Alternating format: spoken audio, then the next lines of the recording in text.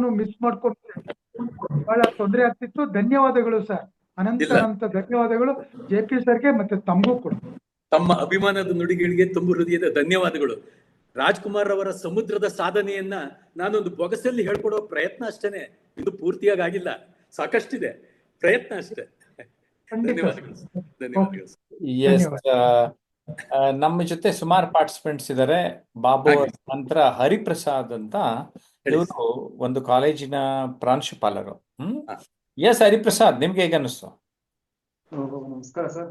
ಅವರ ಮಾತಾಡ್ತಿದ್ರೆ ಅವರ ನವಯುವಕನಂತೆ ಅವರ ಮುಗುಳ್ನಗು, ಅವರ ಮಾತಿನ ಶೈಲಿ, ಅವ್ರು ಮಾತಾಡ್ತಾ ಇದ್ರೆ ಕನ್ನಡ ಭಾಷೆಗೆ ಒಂದು ಶಕ್ತಿ ಬಂದಂಗಿದೆ ಸರ್.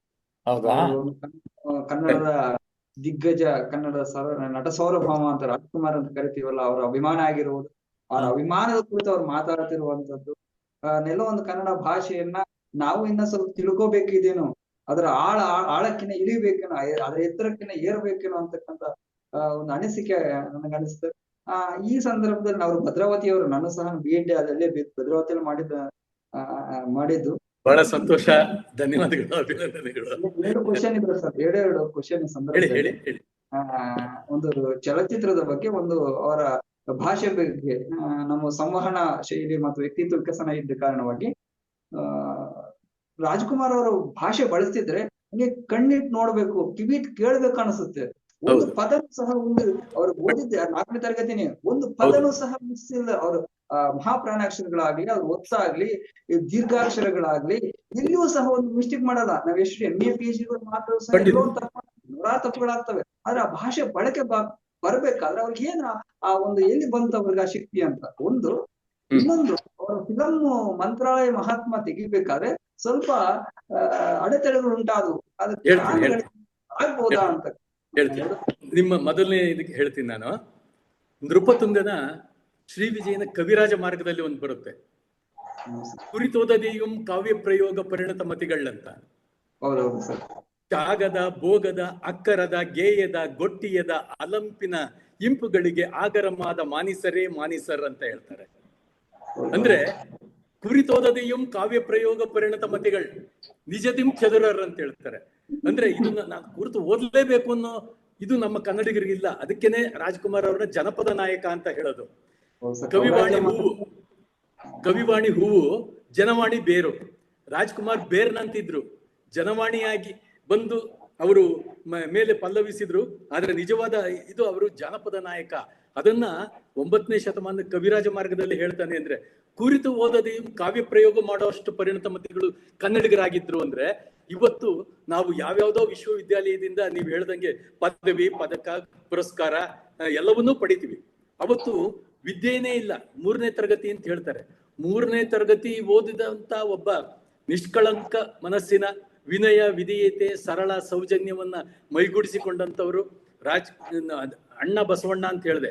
ಅವರ ಕಳಬೇಡ, ಕೊಲಬೇಡ, ಹುಸಿಯ ನುಡಿಯಲು ಬೇಡ, ಮುನಿಯಬೇಡ, ಅನ್ಯರಿಗೆ ಅಸಹ್ಯ ಪಡಬೇಡ, ತನ್ನ ಬಣ್ಣಿಸಬೇಡ, ಇದರ ಅಳಿಯಲು ಬೇಡ, ಇದೇ ಅಂತರಂಗ ಶುದ್ಧಿ, ಇದೇ ಬಹಿರಂಗ ಶುದ್ಧಿ, ಇದನ್ನ ಅಳವಡಿಸಿಕೊಂಡಂತಹ ಎಲ್ಲ ಗುಣಗಳು ರಾಜ್ಕುಮಾರ್ ಅವರಲ್ಲಿತ್ತು. ಅಂತರಂಗ ಶುದ್ಧಿಯೂ ಇತ್ತು, ಬಹಿರಂಗ ಶುದ್ಧಿಯೂ ಇತ್ತು. ಇದಕ್ಕಿಂತ ಬೇಕೆ? ಇದು ಒಂದು ಅವರು ಕನ್ನಡದ ಪದ ಪ್ರಯೋಗವನ್ನ ಹೇಗೆ ಮಾಡ್ತಿದ್ರು ಅಂತ. ಇನ್ನು ಕವಿರತ್ನ ಕಾಳಿದಾಸದಲ್ಲಿ ಬೆಳ್ಳಿ ಮೂಡಿತೋ, ಕೋಳಿ ಕೂಗಿತ್ತು, ಎದ್ರಲ್ರ ಗೊತ್ತಾಯ್ತು, ಕಾಳ ಕರಿಯ ಅಂತ ಇದ್ದವ್ರು, ಜವರ ಅಂತಿದ್ದವರು, ಆ ತಾಯಿ ಬಂದು ನಾಲಿಗೆ ಮೇಲೆ ಓಂ ಬೀಜಾಕ್ಷರ ಬರೆದ ತಕ್ಷಣ ಅವರ ನಡೆ, ನುಡಿ, ಹಾವ ಭಾವ ಕವಿರತ್ನ ಕಾಳಿದಾಸರೇ ಆಗೋಗ್ಬಿಟ್ರು. ಮಾಣಿಕ್ಯ ವೀಣಾ ಮುಪಲಾಲಯಂತಿ ಮದಾಲಸ ಮಂಜುಳ ವಾಗ್ವಿಲಾಸ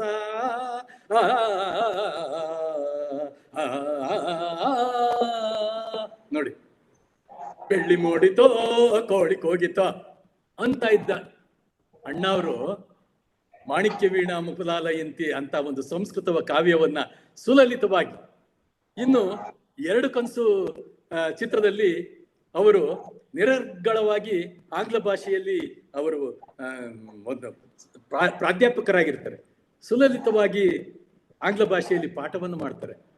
ಇನ್ನು ಆಪರೇಷನ್ ಡೈಮಂಡ್ ರಾಕೆಟ್ ಅಲ್ಲಿ ಇಫ್ ಯು ಕಮ್ ಟುಡೇ ಆಂಗ್ಲ ಭಾಷೆಯ ಹಾಡನ್ನೇ ಆಡ್ತಾರೆ. ಇದು ಯಾವ ಶಕ್ತಿ ಸ್ವಾಮಿ!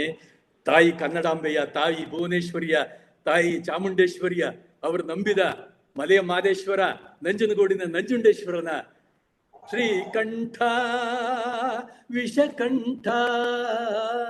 ಅವರು ನಂಜನಗೂಡಲ್ಲಿ ಇದ್ದಾಗ್ಲೇನೆ ಬೇಡರ ಕಣ್ಣಪ್ಪ ಚಿತ್ರಕ್ಕೆ ನೀವು ಬರಬೇಕು ಅಂತ ಹೇಳಿ ಪತ್ರ ಬರುತ್ತೆ. ಆಗ ಅವರು HLN ಸಿಂಹ ಅವರ ಪತ್ರದ ಒಂದು ಕರೆಯ ಮೇರೆಗೆ ನಂಜನಗೂಡಿನ ನಂಜುಂಡೇಶ್ವರನಿಗೆ ಕೈ ಮುಗಿದು ಚೆನ್ನೈಗೆ ಮದ್ರಾಸಿಗೆ ಹೋಗ್ತಾರೆ. ಹಾಗಾಗಿ ಚಿತ್ರರಂಗ ಮತ್ತೆ ನೀವು ಆ ಭಾಷೆಯ ಬಗ್ಗೆ ಹೇಳಿದ್ರಲ್ಲ, ಆ ನೆನಪು ಬಂತು, ಹೇಳಿದೆ. ಹೌದು ಹೌದು, ತುಂಬಾ ಸಂತೋಷ. ಈಗ ವಂಗಮ್ಮ ಅಂತ ಇದಾರೆ ಇಲ್ಲಿ. ವಂಗಮ್ಮ ಏನ್ ಹೇಳ್ತಾರೆ ಕೇಳೋಣ. ಎಸ್ ವಂಗಮ್ಮ. ನಮಸ್ತೆ ಸರ್. ನಮಸ್ತೆ ಬಸವರಾಜ್ ಸರ್. ನಮಸ್ಕಾರ ನಮಸ್ಕಾರ ನೀವು ನಮಸ್ಕಾರ. ಹೇಳಿ. ನೀವು ಮಾತಾಡ್ತಾ ಇದ್ರೆ ರಾಜ್ಕುಮಾರ್ಗೆ ನಾವು ಮಾತಾಡ್ತಾ ಇದಾರೆ ಅನ್ನೋಂಗೆ, ಅವರೇ ಇದ್ರೆ ಭದ್ರ ಕುಂತು ಮಾತಾಡ್ತಾ ಇದಾರೆ ಅನ್ನೋಂಗೆ ವಾಯ್ಸ್ ನಮ್ಗೆ ಕೇಳಿಸ್ತಾ ಇದೆ ಸರ್. ತುಂಬಾ ರಾಜ್ಕುಮಾರ್ ಯಾರು? ಅವರು ಬಂದು ಅಂಗುಷ್ಟದ ಧೂಳಿಗೂ ಕೂಡ ನಾನು ಸಮಾನ ಇಲ್ಲ. ಆ ಮೇರು ಪರ್ವತದ ಮುಂದೆ ನಾನು ಯಾವ್ದೋ ಒಂದು ಕುರ್ಚಲ್ ಗಿಡದ ಗುಡ್ಡ ಇದ್ದಂಗೆ.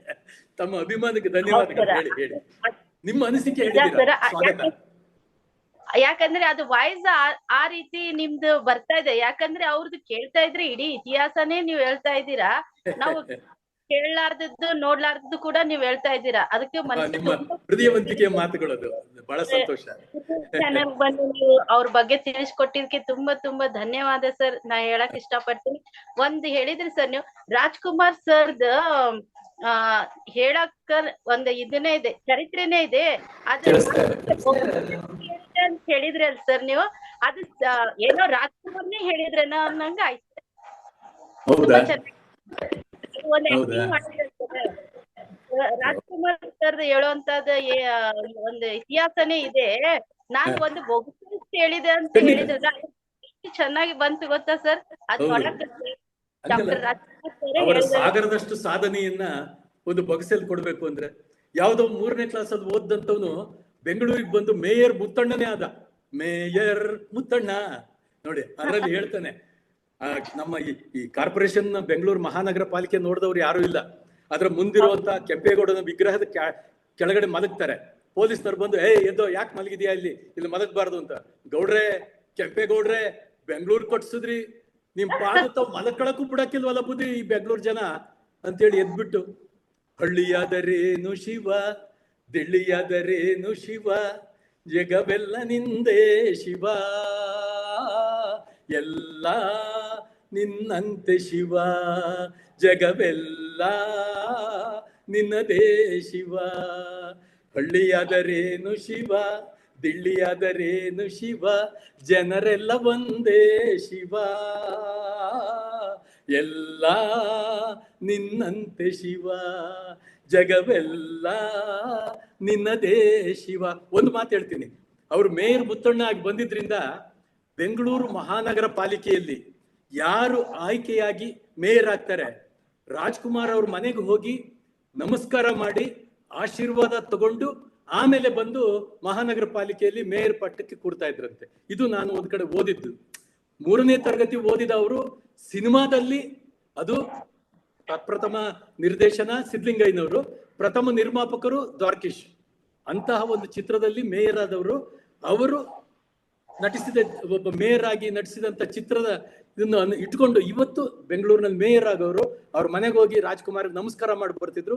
ಈಗ ರಾಜ್ಕುಮಾರ್ ಅವ್ರನ್ನ ನಾವು ಭೌತಿಕವಾಗಿ ಕಳ್ಕೊಂಡಿದೀವಿ, ಆದ್ರೂ ರಾಜ್ಕುಮಾರ್ ಅವರ ಕಂಠೀರವ ಸ್ಟುಡಿಯೋದಲ್ಲಿರುವ ಆ ಒಂದು ಶಕ್ತಿ ಸಮಾಧಿಗೆ ಹೋಗಿ ನಮಸ್ಕಾರ ಮಾಡಿ ಬಂದು ತಗೋತಾರೆ. ಅಂದ್ರೆ ಒಂದೇ ನಾಡು, ಒಂದೇ ಕುಲವು, ಒಂದೇ ದೈವವು, ಒಮ್ಮನದಿಂದ ಎಲ್ಲರೂ ದುಡಿದರೆ ಜಗವನೆ ಗೆಲ್ಲುವೆವು, ಒಂದೇ ನಾಡು, ಒಂದೇ ಕುಲವು, ಒಂದೇ ದೈವವು ಅನ್ನೋ ಹಾಡನ್ನು ಮೇಯರ್ ಮುತ್ತಣ್ಣದಲ್ಲಿ ಹಾಡಿದ್ರು. ಸಮಯ ಜಾಸ್ತಿ ತಗೊಂಡೆ, ಇನ್ನೂ ಸಾಕಷ್ಟು ಇರ್ಲಿ, ಅಡ್ಡಿಲ್ಲ. ಹಾಡುಗಳು ಚೆನ್ನಾಗಿತ್ತು. ಮಂಜುಳಾ ಅಂತ ಮೇಡಮ್ ಹೊಸದಾಗಿ ನಮ್ಮ ಆನ್ಲೈನ್ ಕೋರ್ಸಿಗೆ ಬಂದಾರೆ.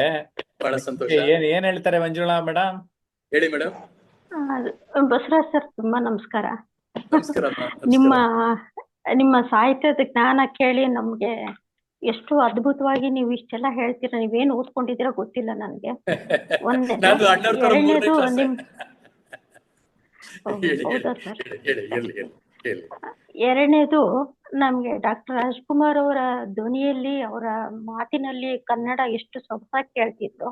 ಹಾ. ಅದನ್ನ ನಾವು ಅವ್ರ ನಂತರ ಕೇಳ್ತಿರೋದು ನಿಮ್ಮ ಧ್ವನಿಯಲ್ಲಿ, ನಿಮ್ಮ ಕಂಠದಲ್ಲಿ. ದೊಡ್ಡ ಅವರೇ ಮಾತು. ನಿಮ್ ಕಂಠದಲ್ಲಿ ಬಂದಿದಾರೇನೋ ಅನ್ನೋಷ್ಟು ನಮಗೆ ಫೀಲ್ ಆಯ್ತು ಸರ್. ಇದು ನನ್ನ ತುಂಬಾ ತಾಯಿ ಖುಷಿ ಆಯ್ತು ತಂದೆಗೆ ನಿಮ್ ಕನ್ನಡ ಮಾತುಗಳು ತಾಯಿ ಕೇಳಿ. ಭುವನೇಶ್ವರಿಗೆ ಸೇರ್ಬೇಕು ಈ ಮಾತು.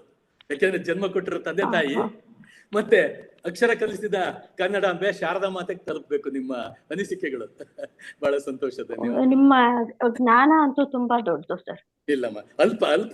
ನಿಮ್ ಜ್ಞಾನ ತುಂಬಾ ದೊಡ್ಡದು. ಜನಗಿಂತ ಕಿರಿಯರಿಲ್ಲ, ಶಿವಭಕ್ತರಿಗಿಂತ ಹಿರಿಯರಿಲ್ಲ ಅನ್ನಂಗೆ ನಾನೇ ಕಿರಿಯ. ಸಂತೋಷ, ಧನ್ಯವಾದ. ಅದಕ್ಕೇನೆ ನೀವು ರಾಜ್ಕುಮಾರ್ ಅವರ ಭಕ್ತ ಆಗಿರೋದು ಅಂತ ಈಗ ಅನಿಸ್ತಾ ಇದೆ ಸರ್. ನಿಮ್ಮಂತ ಗುಣನೇ ಅವರಿಗೆ ಹೊಂದಿರೋದು. ಅಭಿಮಾನದ ನುಡಿಗೆ ಧನ್ಯವಾದಗಳಮ್ಮ. ಓಕೆ, ನಮ್ ಜೊತೆ ರಮೇಶ್ ಡಿ.ಎಂ ಅವರು ಇದ್ದಾರೆ. ರಮೇಶ್ ಡಿ.ಎಂ ಏನ್ ಹೇಳ್ತಾರೆ ಕೇಳೋಣ. ಎಸ್ ರಮೇಶ್, ನಮಸ್ಕಾರ. ನಮಸ್ತೆ ಸರ್. ನಮಸ್ಕಾರ ರಮೇಶ್ ಅವರಿಗೆ. ಸರ್, ರಾಜ್ಕುಮಾರ್ ಬಗ್ಗೆ ಅವರ ಹಿನ್ನೆಲೆ ಏನು, ಅವ್ರು ನಡೆದು ಬಂದ ದಾರಿ ಏನು, ಅದನ್ನ ಸ್ಪಷ್ಟವಾಗಿ ತಿಳಿಸ್ಕೊಟ್ರಿ ಸರ್. ಅವ್ರ ಬಗ್ಗೆ ತಿಳ್ಕೊತಾ ಇರ್ಬೇಕು ಅಂದ್ರೆ ಇನ್ನೂ ಸುಮಾರು ಟೈಮ್ ತಗೊಂಡ್ರೆ ಸಾಲಲ್ಲ. ಪ್ರತಿಯೊಂದು ನಮ್ಗೆ ಗೊತ್ತಿಲ್ಲದೆ ಇರುವಂತ ವಿಚಾರಗಳನ್ನ ನೀವು ತಿಳಿಸ್ಕೊಡ್ತಾ ಇರಿ ಸರ್. ಮತ್ತೆ ನೀವು ತಿಳಿಸ್ತಾ ನಮ್ಗೆ ಇನ್ನೂ ತಿಳ್ಕೊಳ್ಬೇಕು ಅನ್ನೋದು ಕುತೂಹಲ ಹೆಚ್ಚಾಗ್ತಾನೆ ಇದೆ. ಅಷ್ಟೊಂದು ಜ್ಞಾನ ಭಂಡಾರ ನಿಮ್ಮಲ್ಲಿ ಇದೆ ಸರ್. ನಾನೇನು ತಿಳ್ಸಕ್ ಆಗ್ತಾ ಇಲ್ವಲ್ಲ ಅಂತ ನನ್ನ ಮನಸ್ಸು ಚಡಪಡಿಸ್ತಾ ಇದೆ. ಖಂಡಿತವಾಗ್ಲು ಎಷ್ಟೊಂದು ವಿಚಾರಗಳಿದೆ, ಏನು ತಿಳ್ಸಕ್ ಆಗ್ತಾ ಇಲ್ವಲ್ಲ. ನಾನು ಏನ್ ಮಾಡ್ತಾ ಇದ್ದೀನಿ, ಬರೀ ಬೇಡ್ರ ಕಣ್ಣಪ್ಪಂದು ಒಂದು ಹೇಳಕ್ ಆಗ್ತಾ ಇಲ್ಲ. ಇನ್ನು ಶಬ್ದವೇದಿವರೆಗೂ 125ನೇ ಚಿತ್ರ, 150ನೇ ಚಿತ್ರ, 75ನೇ ಚಿತ್ರ, ಎಷ್ಟಿದೆ. ಚಂದವಳ್ಳಿ ತೋಟ ಇದೆ, ಗಂಧದ ಗುಡಿ ಇದೆ, ದೇವತಾ ಮನುಷ್ಯನವರೆಗೂ 200 ಎಷ್ಟೊಂದಿದೆ. ಏನು ಹೇಳಕ್ ಆಗ್ತಿಲ್ವಲ್ಲ ಅಂತ ನಾನು ಈಗ ನಿಮ್ಗೆ ನಿಮ್ಮ ಆವಾಗ ಏನ್ ಹೇಳಕ್ ಆಗ್ಲಿಲ್ವಲ್ಲ ಅನ್ನುವ ಕೊರತೆ ನಾನು ಈಗಿಸ್ತೀನಿ. ಯಾವ್ದಾದ್ರು ಒಂದು ಚಲನಚಿತ್ರದ ಬಗ್ಗೆ ಏನೇನ್ ಹೇಳಬೇಕು ಅಂತ ಇದ್ದೀರಿ ಎಲ್ಲ ಹೇಳ್ಬಿಡಿ ಸರ್. 100ನೇ ಚಿತ್ರದಲ್ಲಿ ಅವರೊಬ್ಬ ಹಳ್ಳಿ ಮುಗ್ಧನಾಗಿ ಬಂದಿರ್ತಾರೆ. ಅದರಲ್ಲಿ ಹೇಳ್ತಾರೆ, ಈ ಹಾಡು ನನಗೆ ಬೇಡವೇ ಬೇಡ, ನಾನು ಈ ಹಾಡನ್ನು ಹಾಡೋದೇ ಇಲ್ಲ, ಚಿತ್ರೀಕರಣವೇ ಬೇಡ ಅಂತ. ಆದ್ರೂ ಕೂಡ ನಿರ್ದೇಶಕರು KSL ಸ್ವಾಮಿ ಅವರು, ರವಿ ಅವರು, ಇಲ್ಲ ಅದು ಯಾರನ್ನು ಏನು ಮಾಡ್ದಂಗಿರೋದಿಲ್ಲ, ನಿಮಗೆ ಪೂರಕವಾದ್ದು, ನಿಮ್ಮ ದುಡಿಮೆಗೆ ಪೂರಕವಾದದ್ದು ಅಂತ ಹೇಳ್ತಾರೆ. ಅದರಲ್ಲಿ ನಾನೇ ರಾಜಕುಮಾರ, ಕನ್ನಡ ನಾಡಿನ ಪ್ರೇಮದ ಕುವರ, ಅನೀತಿ ಅಳಿಸಿ ನ್ಯಾಯವ ಉಳಿಸಿ ಶಾಂತಿಯ ನೆಲೆಸಲು ಬಂದ ಕಿಶೋರ ರಾಜ್ಕುಮಾರ್ ಅಂತ ಹೇಳ್ತಾರೆ. ನಾನೇ ಅನ್ನೋದು ಅಹಂಕಾರ ಆಗುತ್ತೆ, ಇದು ಹಾಡು ಬೇಡವೇ ಬೇಡ ಅಂತ ಹೇಳ್ತಾರೆ. ಇಲ್ಲ ಅದು ಆ ರೀತಿ ಬರೋದಿಲ್ಲ ಅಂತ ಹೇಳಿ ಸಮಾಧಾನ ಮಾಡ್ತಾರೆ. ಇನ್ನು ಹಗಲೇನು ಇರುಳೇನು, ದುಡಿಯುವ ಜೀವಕ್ಕೆ ಹೊತ್ತೇನು, ಪ್ರತಿದಿನವೂ ಹಸಿದಿರಲು ದುಡಿತಕ್ಕೆ ಕೊನೆ ಮೊದಲಿದೆಯೇನು, ಹಗಲೇನು ಇರುಳೇನು, ದುಡಿಯುವ ಜೀವಕ್ಕೆ ಹೊತ್ತೇನು. ಅದರಲ್ಲಿ ರಾಜ್ಕುಮಾರ್ ಸಿನಿಮಾ ಪೋಸ್ಟರ್ಗಳನ್ನ ಹಂಚೋ ಕೆಲಸ ಮಾಡಿ ಸಂಪಾದನೆ ಮಾಡ್ತಾರೆ. ಅವರ ಸಿನಿಮಾ ಪೋಸ್ಟರ್ಗಳನ್ನ ಅವರೇ ಅಂಟಿಸುವಂತ ಒಂದು ಇದು 100ನೇ ಚಿತ್ರ ಆದಾಗ ನಟ ಸಾರ್ವಭೌಮ ಅಂತೇಳಿ ಅವರ ಬಿರುದಿಗೆ ಸರಿಯಾಗಿ ಎಲ್ಲ ಚಿತ್ರಗಳ ಸನ್ನಿವೇಶಗಳನ್ನ, ಹಾಡುಗಳನ್ನ, ತುಣುಕುಗಳನ್ನ ಮತ್ತೆ ಗಾಜನೂರಿನಲ್ಲಿ, ಸಿಂಗಾನಲ್ಲೂರಿನಲ್ಲಿ ಚಿತ್ರೀಕರಣ ಮಾಡಿ ಅವರ ಹೊಲ, ಅವರು ಆಳಿದ ಬೆಳೆದಂತ ಪರಿಸರ, ಅವರ ಮನೆ, ಅವರ ಅನಿಸಿಕೆ, ಅವರ ಬಂಧು ಬಳಗ, ಮತ್ತೆ ಅವರ ಬಗ್ಗೆ, ಕನ್ನಡದ ಬಗ್ಗೆ ಅವರ ಅನಿಸಿಕೆಗಳು ಎಲ್ಲವನ್ನು ಸೇರಿ ಒಂದು ನಟ ಸಾರ್ವಭೌಮ ಅಂತ ಚಿತ್ರ ಮಾಡ್ತಾರೆ. ಬಹುಶಃ ಚಿತ್ರರಂಗದ ಇತಿಹಾಸದಲ್ಲೇ ಒಬ್ಬ ನಟನ 100 ಚಿತ್ರಗಳ ಎಲ್ಲವನ್ನು ಸೇರಿಸಿ ಒಂದು ಚಿತ್ರವನ್ನ ಮಾಡಿ ಸಮರ್ಪಣೆಯನ್ನು ಮಾಡಿದ್ದು ಕನ್ನಡ ಚಿತ್ರರಂಗದಲ್ಲಿ ಅಪರೂಪದಲ್ಲಿ ಅಪರೂಪ ಅಂತ. ಗುಬ್ಬಿ ವೀರಣ್ಣನವರಿಗೆ ಅವರು ಆರದ ನಂದಾದೀಪ, ನಮ್ಮ ಬದುಕಲ್ಲಿ ನೀವೇ ದೀಪ ಅಂತೇಳಿ ಒಂದು ಚಿತ್ರಗೀತೆಯನ್ನ, ಒಂದು ಒಳ್ಳೆ ಗೌರವ ಸಮರ್ಪಣೆಯ ಗೀತೆಯನ್ನ ಅವರು ಸಮರ್ಪಣೆ ಮಾಡ್ತಾರೆ. ಅದೇ ರೀತಿ ನಮ್ಮ 206 ಅಥವಾ 207 ಚಿತ್ರಗಳು ಶಬ್ದವೇದಿವರೆಗೆ ಏನು ಅವರು ನಟನೆ ಮಾಡಿದ್ದಾರೆ, ಅವರು ಕೂಡ ನಮ್ಮ ನಡುವೆ ಇರುವಂತಹ ಆರದ ನಂದಾದೀಪ, ಕನ್ನಡದ ದೀಪ, ನಂದಾದೀಪ, ರಸಿಕರ ರಾಜ, ಕನ್ನಡದ ಹೃದಯ ಸಿಂಹಾಸನವನ್ನ ಆಳ್ತಾ ಇರತಕ್ಕಂತಹ ಚಕ್ರವರ್ತಿ, ಸಾರ್ವಭೌಮ ಎಲ್ಲರನ್ನೂ ನಾವು ಕಾಣ್ತೀವಲ್ಲ ಸರ್. ಇಮ್ಮಡಿ ಪುಲಿಕೇಶಿನ್ ಕಾಣ್ತೀವಿ, ಮಯೂರನ್ನ ಕಾಣ್ತೀವಿ, ರಣಧೀರ ಕಂಠೀರವನ್ನ ಕಾಣ್ತೀವಿ. ಎಂತ ಒಂದು ಇದು. ಮತ್ತೆ 60-61 ಸಂದರ್ಭದಲ್ಲಿ ಪ್ರವಾಹ ಪೀಡಿತರಾಗಿ ಬಹಳ ಸಂಕಷ್ಟದಲ್ಲಿರ್ತಾರೆ. ಆವಾಗ ನೆರೆ ಪೀಡಿತರಿಗೆ ಒಂದು ಪರಿಹಾರವನ್ನ ಎಲ್ಲ ಕಡೆಯಿಂದ ಇದು ಮಾಡೋದಕ್ಕೆ ಕನ್ನಡ ನಾಡಿನ ಹಲವಾರು ತಾಲೂಕುಗಳು, ಜಿಲ್ಲೆಗಳು, ರಾಜ್ಯದಾದ್ಯಂತ ಅವರು ಪಂಡ್ರಿಬಾಯಿ ಅವರು, ರಾಜ್ಕುಮಾರ್ ಅವರು, ಅಶ್ವಥ್ ರವರು, ನರಸಿಂಹರಾಜು, ಬಾಲಕೃಷ್ಣ, ಹಲವಾರು ಕಲಾವಿದರು ಒಂದು ಹೆಗಲಿ ಇದನ್ನ ಜೋಳಿಗೆ ಹಿಡ್ಕೊಂಡು ಬರ್ತಾರೆ. 1 ರೂಪಾಯಿ, 8 ಆಣೆ, 4 ಆಣೆ ಎಲ್ಲವನ್ನೂ ಸಮರ್ಪಣೆ ಮಾಡ್ಕೊಂಡು ಬರ್ತಾರೆ. ಆವಾಗ ಅವರು ಭದ್ರಾವತಿಗೂ ಕೂಡ ಬಂದಿರ್ತಾರೆ. ಮೇಲಿನಿಂದ ನಿಂತ್ಕೊಂಡು ಯಾರೋ 1 ರೂಪಾಯಿ ನಾಣ್ಯ ಎಸಿದ್ದಾರೆ, ಅದು ಅವರ ಹಣೆಗೆ ಬಂದು ಬೀಳುತ್ತೆ. ತಕ್ಷಣ ಕೈ ಹಿಂಗೆ ಇಟ್ಕೊಂಡು, ದಯಮಾಡಿ ಆ ಲಕ್ಷ್ಮಿನ ಹಾಗೆಲ್ಲ ಎಸಿಬೇಡಿ, ಅನ್ನಕ್ಕೂ ಹಣಕ್ಕೂ ಗುಣಕ್ಕೂ ಗೌರವ ಕೊಡಬೇಕು ಅಂತ ಹೇಳಿ, ನೀವು ಹಾಕೋದಿದ್ರೆ ಇಲ್ಲಿ ಇಳಿದು ಬಂದು ನನ್ನ ಜೋಳಿಗೆಗೆ ಹಾಕಿ ಅಂತ ಹೇಳ್ತಾರೆ. ಕೈ ಮುಗಿದು ಕೇಳ್ತಾರೆ. ಅದು ನನಗೆ ಇವತ್ತು ನೆನಪಿದೆ. ನಾನು ಬಾಲಕನಾಗಿದ್ದಾಗ ಭದ್ರಾವತಿಯಲ್ಲಿ ಹಾಲಪ್ಪ ಸರ್ಕಲ್ ಅಲ್ಲಿ ಅದನ್ನ ನಾನು ನೋಡಿದಂತ ನೆನಪಿದೆ. ಹೀಗೆ ಹೇಳ್ತಾ ಹೋದ್ರೆ ಸಾಕಷ್ಟಿದೆ. ಇನ್ನು ಚಿತ್ರರಂಗದಲ್ಲಿ ಅವರನ್ನ ದ್ವೇಷ ಮಾಡೋರು ಅಷ್ಟೇ ಇದ್ರು. ಮಂತ್ರಾಲಯ ಮಹಾತ್ಮೆ ಅಂತ ನೀವು ಅವರು ಹೇಳಿದಾಗ ರಾಯರ ಪಾತ್ರವನ್ನ ಅವ್ರಿಗೆ ಯಾಕೆ ಕೊಡ್ಬೇಕು ಅನ್ನುವಂಥದ್ದು ಹಲವಾರು ಅಪಸ್ವರಗಳು ಕೂಡ ಬಂದಿತ್ತು. ಅದಕ್ಕಾಗಿ 4 ನಟರ ಹೆಸರುಗಳನ್ನ ಹಾಕಿ ಇವರ ಹೆಸರುಗಳನ್ನು ಬರೆಸಿ ಅವರ ರಾಯರ ಸನ್ನಿಧಿಯಲ್ಲಿ ಒಂದು ಪುಟ್ಟ ಮಗುವಿನಿಂದ ಆ ಚೀಟಿಯನ್ನು ತೆಗೆಸ್ತಾರೆ.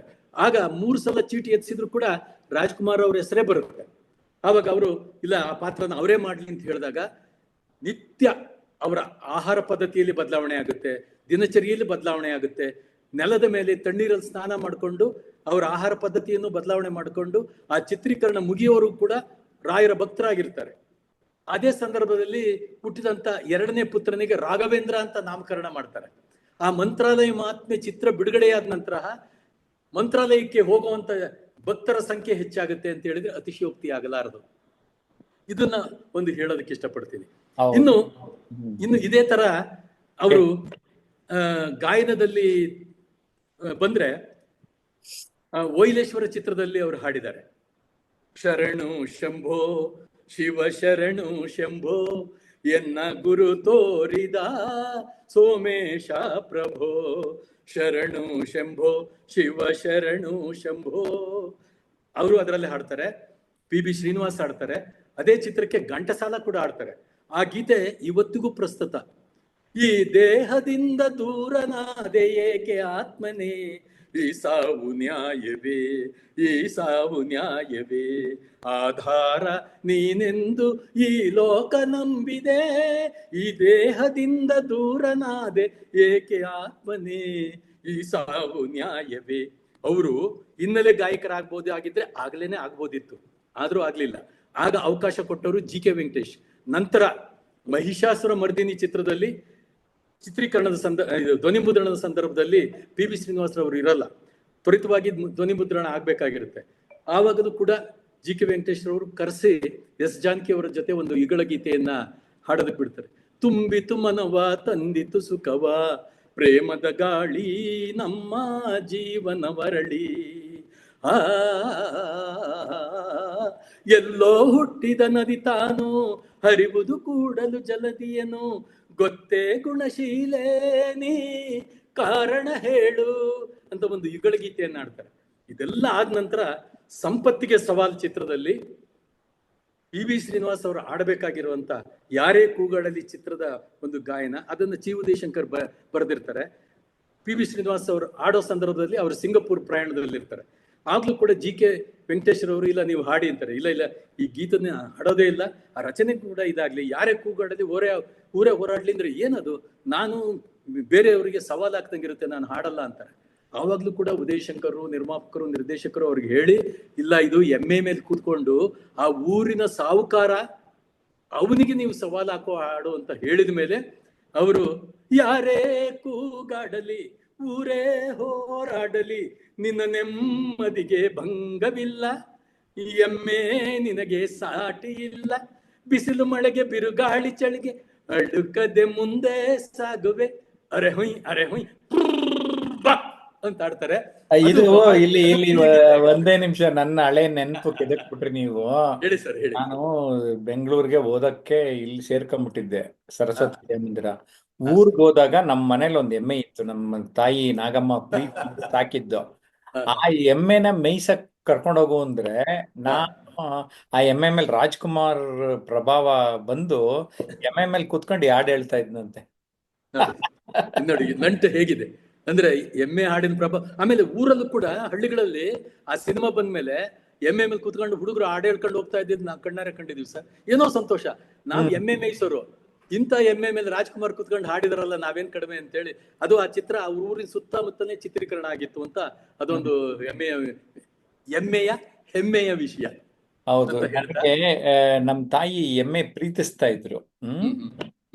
ತುಂಬಾ ವಿಶ್ವಾಸದಿಂದ ನೋಡ್ಕೋತಾ ಇದ್ರು. ಅದೆಲ್ಲ ನೆನಪಾಗೋಯ್ತು ನನಗೀಗ. ಹಾಗೆ ಹಾ. ಕ್ರಾಂತಿವೀರ ಅಂತ ಒಂದು ಚಿತ್ರದಲ್ಲಿ ಒಂದು ಹಾಡು ಬರುತ್ತೆ ಸರ್, ಅದರಲ್ಲೂ ಹಾಗೇನೆ. ಅದು ಸ್ವಾತಂತ್ರ್ಯ ಪೂರ್ವದಲ್ಲಿ ಒಂದು ಸಂಸ್ಥಾನದ ಇವರು ಬಹಳ ಬಡವರನ್ನ ಮಧ್ಯಮರನ್ನ ಹಿಂಸೆ ಮಾಡಕ್ ಬಂದಾಗ ಅವರ ಪ್ರತಿನಿಧಿಯಾಗಿ ಅವರ ನಾಯಕನಾಗಿ ನಿಲ್ಲ ಅಂತ ಒಂದು ಹಾಡು.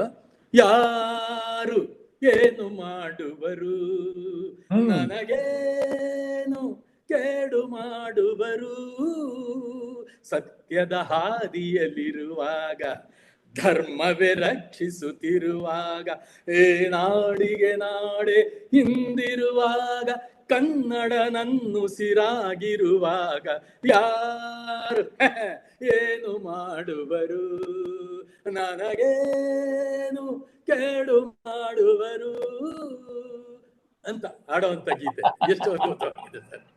Okay, good.